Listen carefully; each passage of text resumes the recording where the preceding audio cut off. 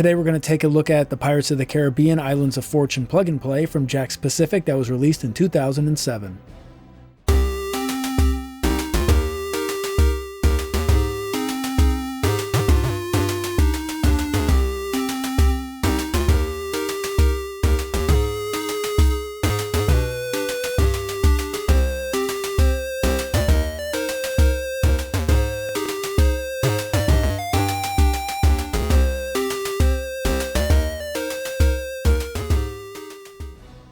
Take to the high seas aboard a mighty pirate ship with none other than Jack Sparrow at the helm. 4 unique games will delight any Pirates of the Caribbean fan with a penchant for swordplay and a fondness for the smell of gunpowder.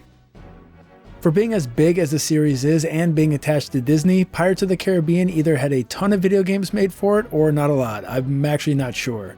Not including phone games, there was Curse of the Black Pearl, Pirates of the Caribbean, 3 different versions of Dead Man's Chest, The Legend of Jack Sparrow, 3 different versions of At World's End, and 2 versions of LEGO Pirates of the Caribbean that was released for what seems like every console and handheld known to man. By the way, can we please get a remastered 2-pack of LEGO Pirates and LEGO Lord of the Rings? Anyway, somewhere on the bottom of the pile, forgotten next to the LCD game, is Islands of Fortune. The controller is designed to look like Jack Sparrow's compass, the one that points to whatever the owner wants most in the world instead of magnetic north. A compass that doesn't point north?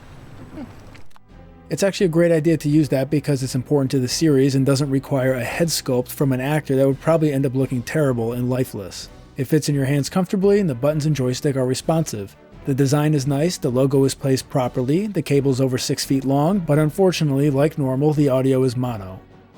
Once again, Jakks Pacific did a great job with the design.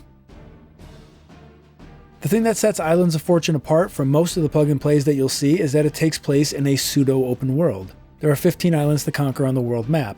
The game starts with 3 available to play, and more unlock as you progress. Each island contains 3 level options: sword fighting, treasure hunt, and cannon battle.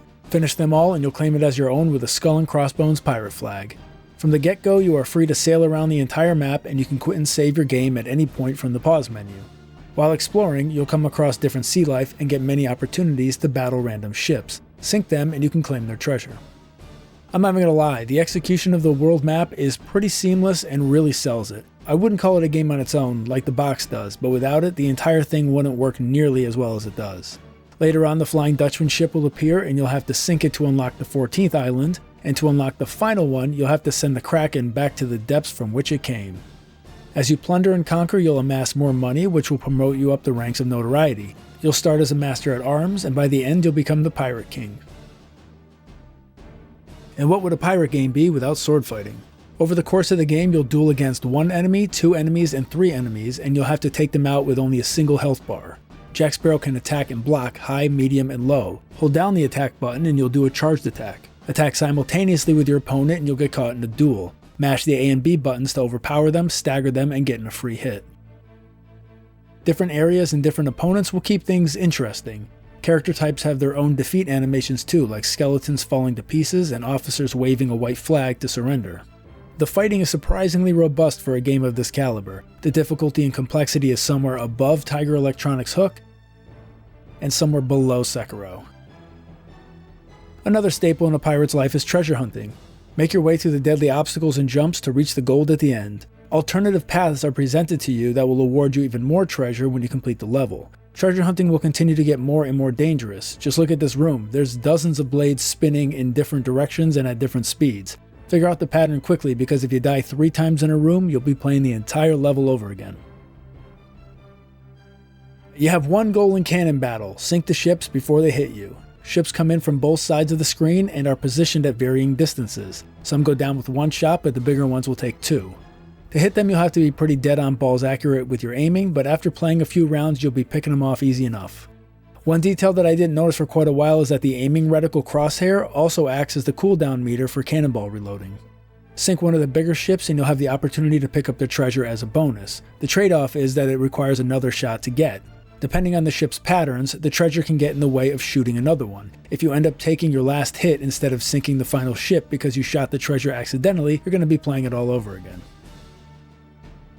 So is Islands of Fortune any good? Yeah, it is. Do I recommend it? If you're into Pirates of the Caribbean or plug-and-plays, yes, definitely. It's well made and does right by the source material. I think the 15 islands with the 2 bonus bosses is the proper length for this game, and both of the times I played this I was ready to wrap it up right around that point. I did have to grind a few levels to get over the $10,000 hump to unlock the last island, but it wasn't too bad. Risk it a few more times for treasure and you probably won't have to grind at all. The incremental difficulty is done right as well. I criticized the Cinderella plug and play because it was too easy, but this one keeps going to become just about annoying in complexity, and then the next thing you know, the game's over.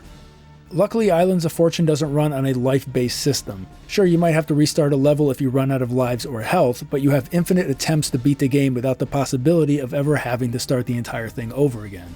The world is apparently flat in this universe because it doesn't wrap around. If you're in the top left of the map and need to get to the bottom right, you're going to have to sail over there the long way. Not sure why they went that route because the original Final Fantasy world even wraps around and that game can be played on a potato. Next time on Plug and Play and Review, we're taking a look at Power Rangers. Stay nerdy. I'm out. Getting your nerd on, getting your nerd on, getting your nerd on. I got a raging nerd on.